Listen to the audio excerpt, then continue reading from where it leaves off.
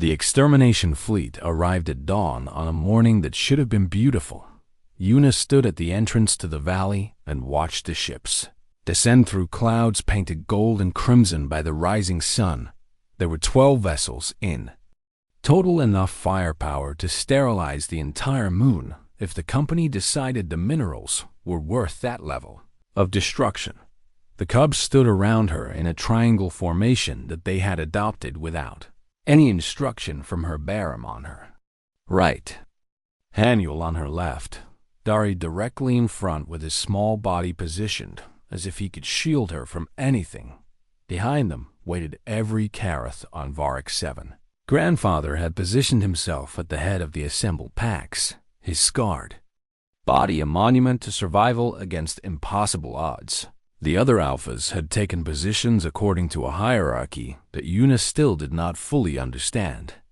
But they all deferred to the ancient male who had watched her from the shadows all those weeks ago. The fleet commander opened a communication channel. His name was Admiral Park Junwoo, and his voice was calm and professional as he ordered Una to stand aside. He explained that she was interfering with a legally authorized corporate operation. He informed her that she would face criminal charges if she did not immediately evacuate the valley and allow his forces to proceed. He told her that she had exactly 10 minutes to comply. Una raised her modified speakers and broadcast the response on every frequency she could access. She told him that she was standing with a sapient species. She told him that the evidence of their intelligence had been transmitted to every corner of the sector. She told him that the galaxy was watching what happened next. Admiral Park was silent for a long moment. Then he told her that the legal definition of sapience required formal review by the Galactic Council, and that no such review had been completed. He told her that the Karath remained classified as hostile fauna. He told her that she had 8 minutes remaining. The first dropships launched from the fleet. They descended in formation. Sleek killing machines designed to deliver soldiers and weapons to the surface with maximum efficiency. Una watched them approach and felt the fear rising in her chest like a living thing. She could not fight a fleet. She could not stop soldiers with plasma rifles and armored vehicles. She could not save an entire species through sheer force of will. But she could do something that no one expected. She turned to face Grandfather and broadcast a single word in his language. The word meant peace. Grandfather tilted his head and studied her for a moment that stretched into eternity. Then he understood. He rose to his full height and released a command that rolled across the valley like thunder. The Karath moved, every single one of them. They flowed around Una and the cubs in a wave of muscle and scale and deadly potential, positioning themselves in a formation that covered the entire valley floor, and then they sat down, all of them, from the smallest juvenile to the oldest scarred veteran. Every Karath on the moon sat in perfect stillness and waited. The dropships landed at the valley entrance. Soldiers emerged with weapons raised, their armor gleaming in the morning light. They stopped when they saw what awaited them. Hundreds of apex predators, sitting peacefully in formation around a single human woman. The soldiers did not fire. They could not process what they were seeing. Their training had prepared them for violent resistance, for bestial attacks that would justify the use of lethal force. They had not been prepared for this. Una stepped forward with the cubs at her side. She walked past the soldiers without acknowledging them. She approached the lead officer and looked directly into his visor. "These are not animals," she said. "Animals do not understand the concept of peaceful resistance. Animals do not choose nonviolence when they have the power to destroy. These creatures are smarter than you have been told. They are more capable of reason than the people who sent you here, and they are watching you right now, waiting to see what kind of species you are." The officer said nothing. He could not speak behind him. His soldiers were lowering their weapons one by one. They were looking at the Karath and seeing something that their briefings had never mentioned. Intelligence patience. Choice Admiral Park's voice crackled over the communication channel. He demanded a status report. He ordered his forces to proceed with the operation. He threatened court-martial for any soldier who disobeyed the lead officer, removed his helmet, and looked at Yuna with eyes that held something she had not expected to find out. "I cannot do this," he said. "I signed up to remove dangerous animals. I did not sign up for this." He turned to face his soldiers. "We are standing down," he announced. "Anyone who disagrees can explain to the Admiral why they opened fire on a peaceful demonstration." Not a single soldier moved to countermand his order. The feeds from Yuna's research equipment had been broadcasting continuously since the fleet arrived. Every network in the sector was carrying live coverage of a human woman standing with an army of predators who had chosen peace over war. The public outcry was instantaneous and overwhelming. Within hours, the fleet received orders to withdraw pending formal review. Within days, the Galactic Council announced an emergency session to evaluate the Sapiens classification of the Karath. Within weeks, the first protections were enacted and the corporate extraction contracts were suspended indefinitely. Yuna stayed in the valley with her cubs as the ships retreated into the sky. The Karath watched them go with eyes that understood exactly what had happened. Grandfather approached her as the last vessel disappeared beyond the atmosphere. He lowered his massive head until his eyes met hers, and for a long moment neither of them moved. Then he did something that made Yuna's heart stop. He rolled onto his back and exposed his throat. The ultimate submission display, the gesture that no Karath made except to acknowledge absolute surrender. To a superior, he was not surrendering because she had defeated him. He was surrendering because she had shown him something he had never imagined possible. She had taught him that strength could exist without violence. She had proven that the choice to protect was more powerful than the ability to destroy. She had become something that the most dangerous creature on a death world considered worthy of his submission. The other Karath followed his example. One by one, they rolled onto their backs and exposed their throats to the small, fragile human who had saved them all. Yuna stood in the center of an army of predators who had just declared her their leader. She did not know whether to laugh or cry. She settled for sitting down on the ground and letting the cubs climb into her lap. Grandfather righted himself and took his place beside her, his ancient body positioned as it had been since the first night he watched her through her window. He was her guardian now, her protector and her follower and her friend.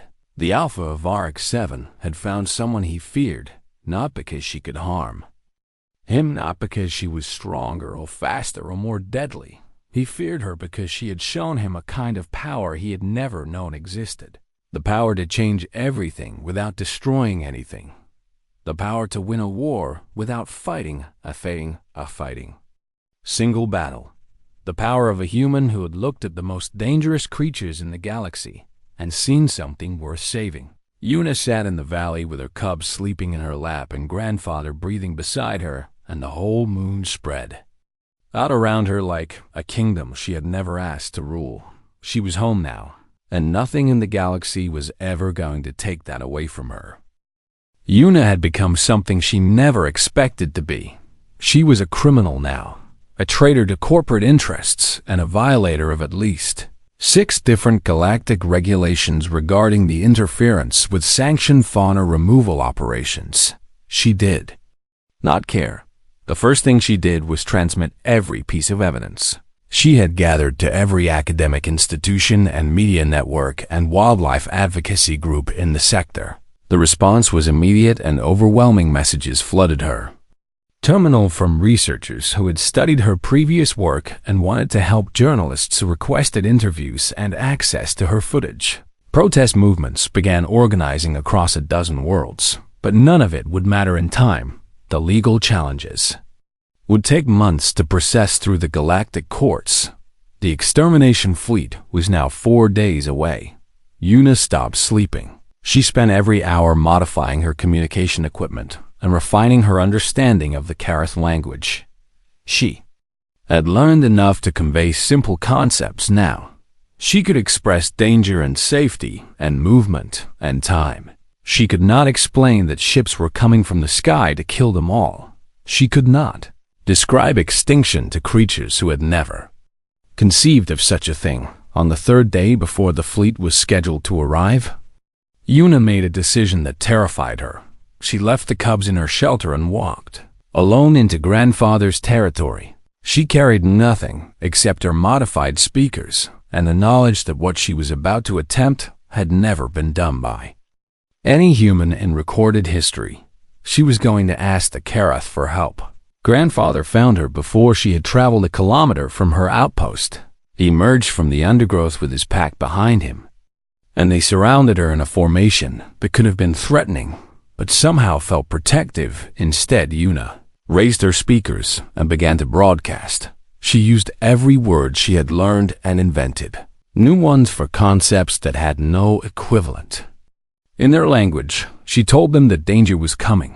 She told them that creatures from beyond the sky wanted to destroy them. She told them that she wanted to fight beside them, but did not know how. Grandfather listened without moving. His ancient eyes tracked her gestures, and his ears followed the sounds from her speakers. When she finished, there was a long silence. Then grandfather turned and began walking deeper into the jungle. He paused and looked back at her. He was waiting for her to follow. Yuna followed. They traveled for hours through terrain that no human had ever mapped. The jungle grew thicker, and the light grew dimmer, and the sound of unseen creatures filled the air around them. Finally, they emerged into a valley that took Yuna's breath away. Hundreds of Karath filled the open space. They were gathered from every pack on the moon, rivals and allies sitting together in an arrangement that defied everything she knew about their territorial nature. They had been waiting. They had known she was coming. Grandfather led her to the center of the gathering and sat down beside her, his massive body positioning itself as a shield between her and the assembled predators. An old female approached first. She was even more scarred than grandfather, her hide marked by wounds that spoke of decades of survival in this brutal world. She lowered her head to study Yuna with eyes that held intelligence and something else, something that looked like hope. One by one, the other Karath came forward. They sniffed her and studied her and made sounds too deep for her to hear without her equipment. They were evaluating her. They were deciding whether to trust her. Yuna stood in the center of an army of predators and felt more afraid than she had ever been in her life. But she did not run. She raised her speakers and began to speak. Again, she told them everything. She described the ships that would come and the Vajam, weapons they would carry. She explained that the creatures from beyond the sky considered the Karath nothing more than animals to be destroyed. She told them that she had tried everything she could think of to stop the killing, and that nothing had worked. And then she told them the only truth that mattered. She could not save them alone. She needed their help. The response was not what she expected. The old female raised her head and released a sound that rippled through the assembled Karath like a wave. Others took up the call. The valley filled with a harmony of subsonic tones that made Yuna's bones vibrate and her heart pound with a rhythm that was not. Her own grandfather pressed against her side and added his voice to the chorus. The meaning became clear as the sounds washed over her. They had known. They had seen the lights in the sky and felt the trembling of machines preparing for war. They had understood the danger before she ever came to warn them. This gathering was not a response to her message. It was a preparation they had begun on their own. They were asking for her help. They wanted her to stand with them. They wanted a human to show them how to fight the creatures from beyond the sky. Yuna looked at grandfather and saw something in his eyes that she had never expected to find. Trust. An apex predator of a death world was looking at a fragile human and trusting her to lead them through the impossible. The fleet would arrive in 2 days. Yuna had an army of the most dangerous creatures in the galaxy, and she had no idea what to do with them. But she knew one thing: she was not going to let grandfather down. She sat in the center of the valley, surrounded by hundreds of Karath, and began to plan. She would need to move fast. She would need to think clearly, and she would need to believe that somehow a single human and an army of predators could stand against the full might of corporate extermination. The cubs found her at midnight. They had escaped from the shelter and tracked her through the jungle. And when they bounded into the valley, the assembled Karath parted to let them pass. Baram and Hanil and Dari pressed against her and rumbled with contentment. Grandfather watched them with something that looked almost like approval. Yuna held her cubs close and stared up at the stars where the fleet was approaching. 2 days. She had 2 days to save an entire species. She had better start thinking faster. Yuna had 14 days left when the corporate drones arrived to observe her research. The company had sent 3 hovering units that followed her through the jungle and recorded everything she did, and a man named Director Shoman Seo watched through their cameras from his ship in orbit. He was polite in a way that made Yuna want to scream. Every time she showed him something remarkable, he would nod and say that it was very interesting before explaining why it did not qualify as evidence of sapience. She took him to the burial grounds first. The Karath maintained a clearing deep in the jungle where they brought their dead. Arranging the bodies in careful patterns that changed with the seasons, Yuna had documented 17 distinct burial configurations and found evidence of offerings left beside the remains. Grief rituals, she argued, cultural behavior that proved intelligence beyond mere instinct. Director Cho watched through his drones and said that many animals displayed mourning behaviors without being sapient. She showed him the tools next. The Karath used sharpened stones to dig for burrowing prey and strip branches to reach insects in narrow crevices. They modified natural objects for specific purposes and taught these techniques to their young. Director Cho said that several species of birds and primates use tools without being granted protected status. She demonstrated the subsonic language, hours of recordings that showed consistent vocabulary and grammar and evidence of abstract communication. The Karath discussed past events and future plans and made references to individuals who were not present. Director Cho admitted that this was impressive, but noted that the threshold for sapience required evidence of moral reasoning and cultural transmission across multiple generations. He wanted proof that the Karath understood concepts like right and wrong. He wanted evidence that their knowledge persisted beyond individual memory. Yuna wanted to reach through the drone cameras and shake him until he understood that she was trying to save an entire species from extinction. On the 8th day of observation, she made a mistake. She ventured too deep into disputed territory while searching for evidence of Karath art, and she did not realize her danger until the rival pack was already surrounding her. There were 6 of them. They were younger than grandfather and his pack, faster and more aggressive, and they had been hunting in this area when she stumbled into their path. Yuna backed against a tree and held her recording equipment in front of her like a shield that would stop nothing.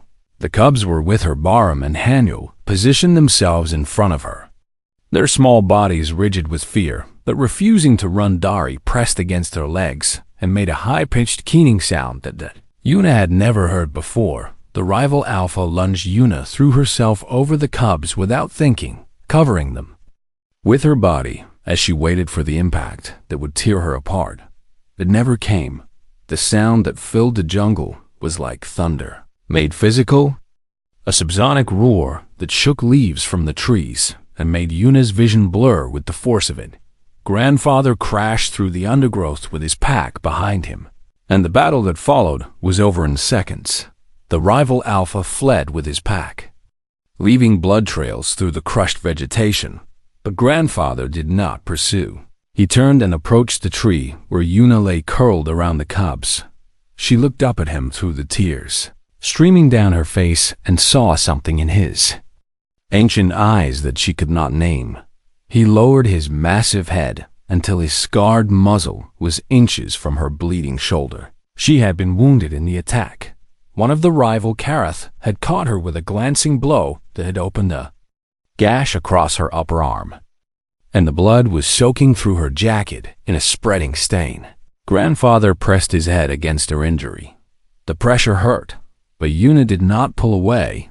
A sound emerged from deep within his chest, a resonant tone that she felt more than heard. The cubs answered with the same frequency. They were harmonizing. They were making a sound together that meant something Yuna could not yet understand. But she felt its meaning in her bones. Safety Pack family grandfather drew back and looked at her for a long moment. And then he did something that no Karath had ever done to a human. He sat down beside her and waited. His pack took positions around them, forming a protective circle that enclosed Yuna and the cubs within their ranks.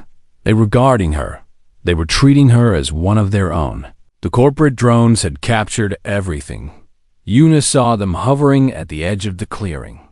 Their lenses focused on the impossible scene of a human sitting peacefully among the most dangerous predators in the known galaxy. She opened a channel to Director Cho. "The Karath saved me," she said. "They protected me when they had no reason to do so. They are treating a human as a member of their pack. Tell me that is not evidence of moral reasoning." There was a long silence before Director Cho responded. He admitted that the footage was remarkable.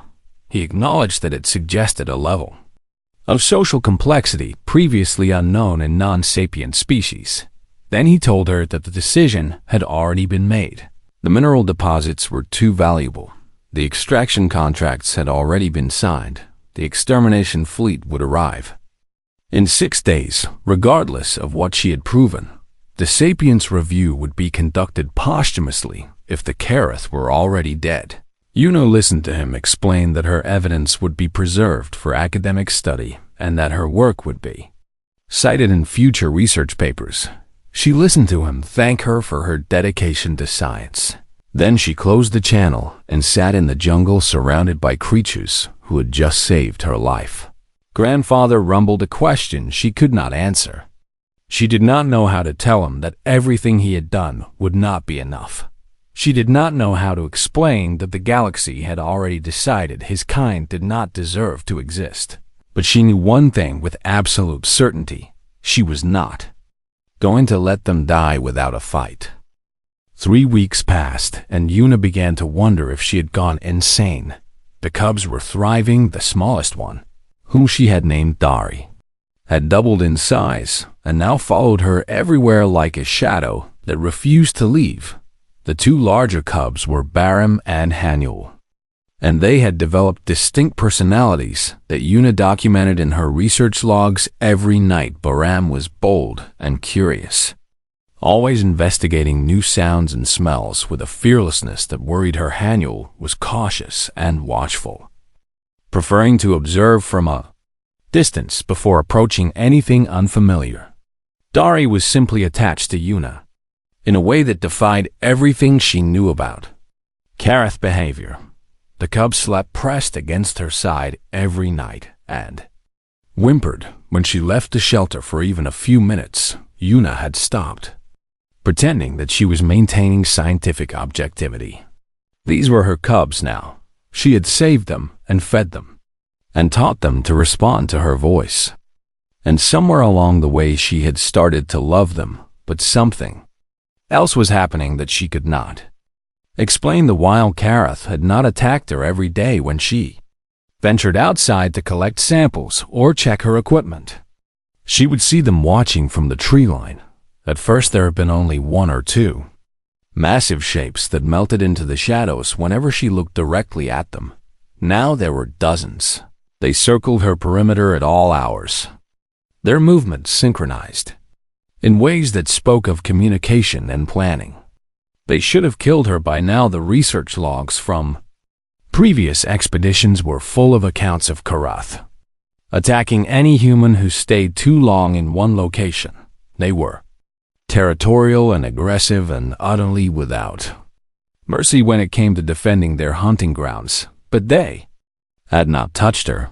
Yuna began leaving food at the tree line. She would set down portions of the nutrient paste she synthesized for the cubs and then retreat to watch from her window. The Karath would approach slowly, sniffing the offerings with obvious suspicion before eventually consuming them. She started adding variety to the food. mixing in samples of local plants, and the processed protein she ate herself. The Kareth seemed to appreciate the effort. One morning, Yuna woke to find a pile of freshly killed prey animals stacked neatly. Outside her door, the cubs went wild with excitement when they smelled the meat, and Yuna stood in her doorway staring at the gift with tears in her eyes. They were feeding her the apex predators of a death world were bringing food to a human because she had saved 3 orphans that had nothing to do with them. Yuna tried to make sense of it and failed.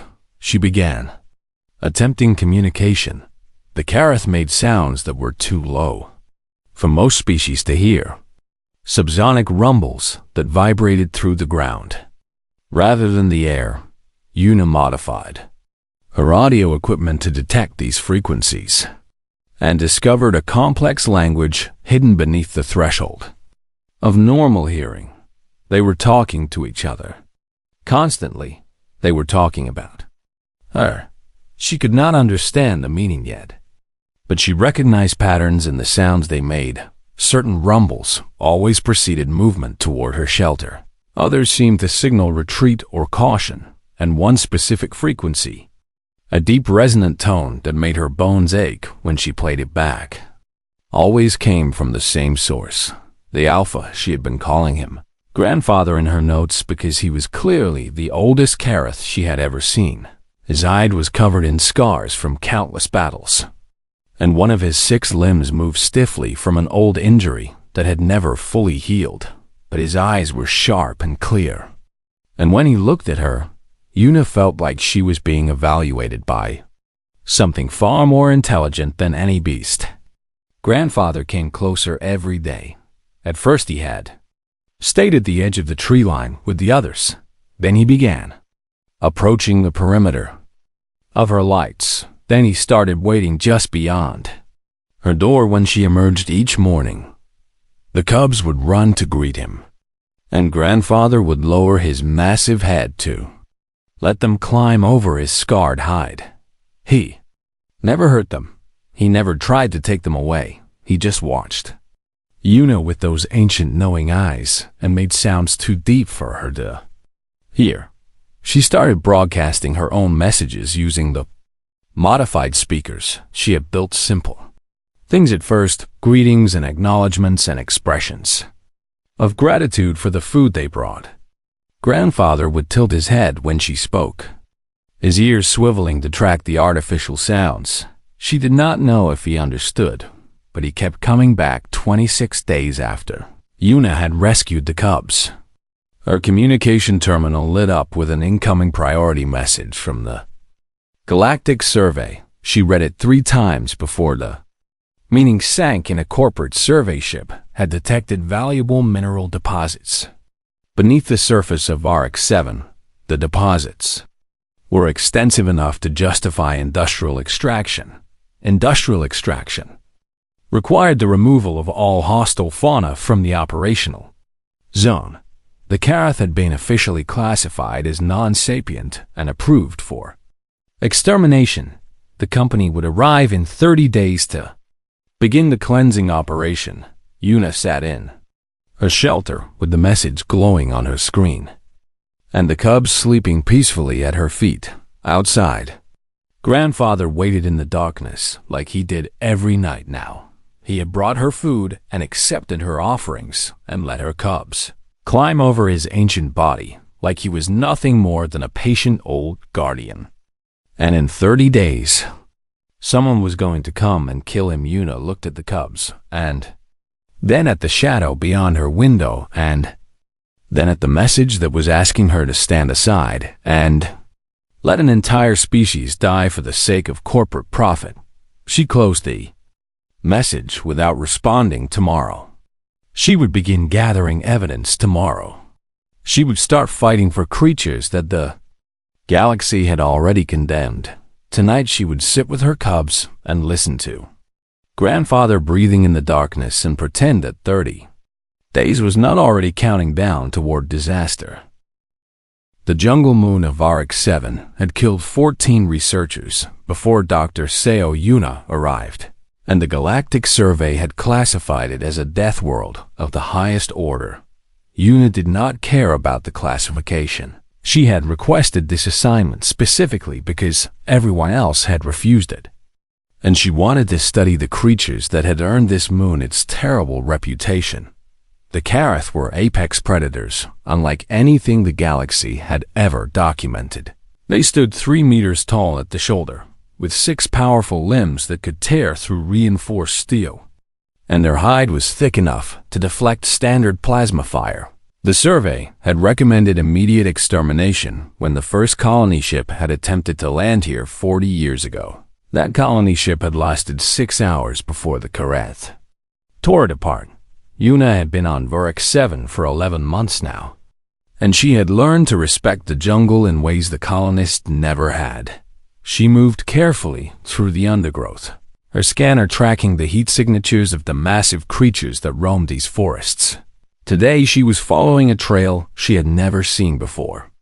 A path that led deep into a rocky canyon where the trees grew thick and the sunlight barely reached the ground. The smell hit her first. It was the copper tang of blood mixed with something else, something that made her stomach turn with instinctive fear. She should have turned back. Every protocol she had memorized told her to retreat when she encountered signs of Karath violence. But then she heard the sound. It was small and weak and utterly pitiful. A mewling cry that echoed off the canyon walls like the whimper of a dying thing. Yuna pushed through the last barrier of vines and stopped breathing. The den was a cave carved into the canyon wall, and the entrance was half collapsed from what looked like a deliberate rock slide. In front of the cave lay the body of a female Karath, her massive form torn open by wounds that could only have come from her own kind. A rival pack had done this. Yuna had read about Karath territorial disputes in the fragmentary records left by previous researchers, but she had never seen the aftermath with her own eyes. The mewling sound came again, and this time Yuna traced it to the collapsed entrance. 3 small shapes were trapped beneath the fallen rocks, their tiny bodies pinned, but still alive. They were cubs. Karath cubs were supposed to be just as dangerous as the adults, according to everything Yuna had studied. Their claws were already sharp enough to rend flesh, and their jaws could crush bone even at this young age. She should leave them. The protocol was clear and absolute. Do not interfere with Karath behavior under any circumstances. Do not approach Karath young under any circumstances. Do not remain in areas of recent Karath violence under any circumstances. Yuna looked at the 3 small creatures crying for a mother who would never come, and she made a choice that violated every rule she had sworn to follow. She began to dig. The rocks were heavy and her arms burned with exhaustion after the first hour, but she kept going. One of the cubs managed to bite her hand when she freed its foreleg, and the pain was sharp and immediate. She wrapped her bleeding palm in a strip torn from her jacket and continued working. The second cub was easier to free, though it slashed her arm with panic claws before scrambling away to huddle against the canyon wall. The third cub was the smallest, and it was trapped the deepest.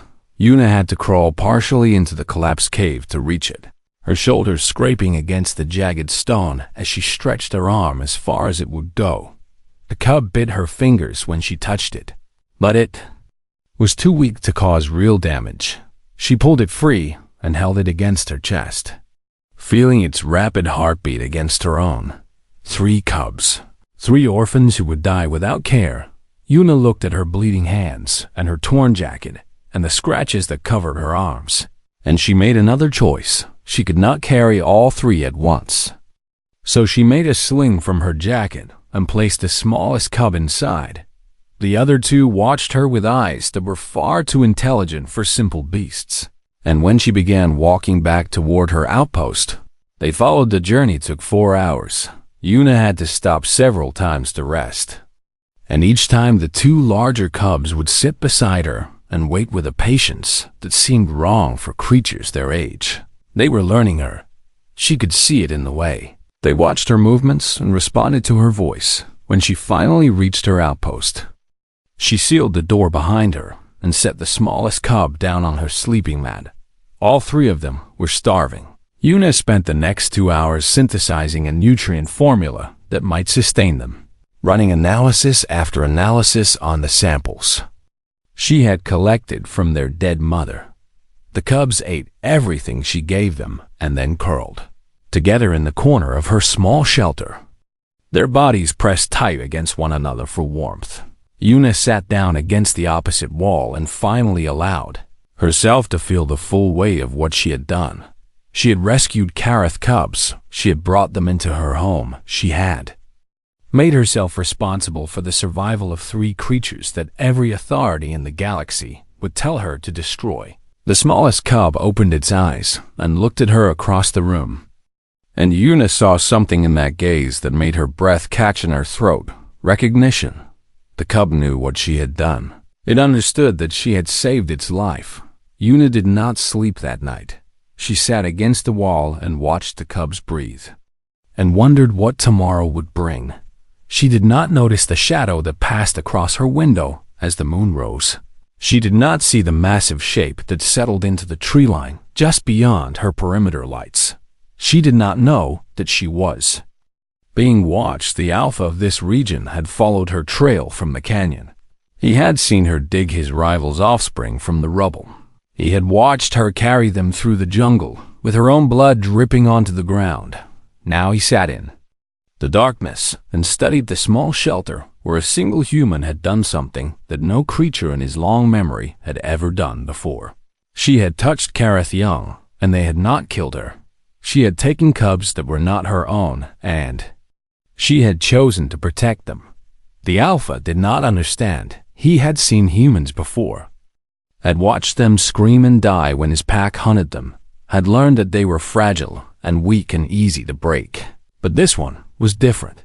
This one had walked into death and walked back out again, carrying 3 small lives that meant nothing to her own survival. The alpha settled deeper into the shadows and waited. He would watch this strange creature. He would learn what she was, and then he would decide what to do about her.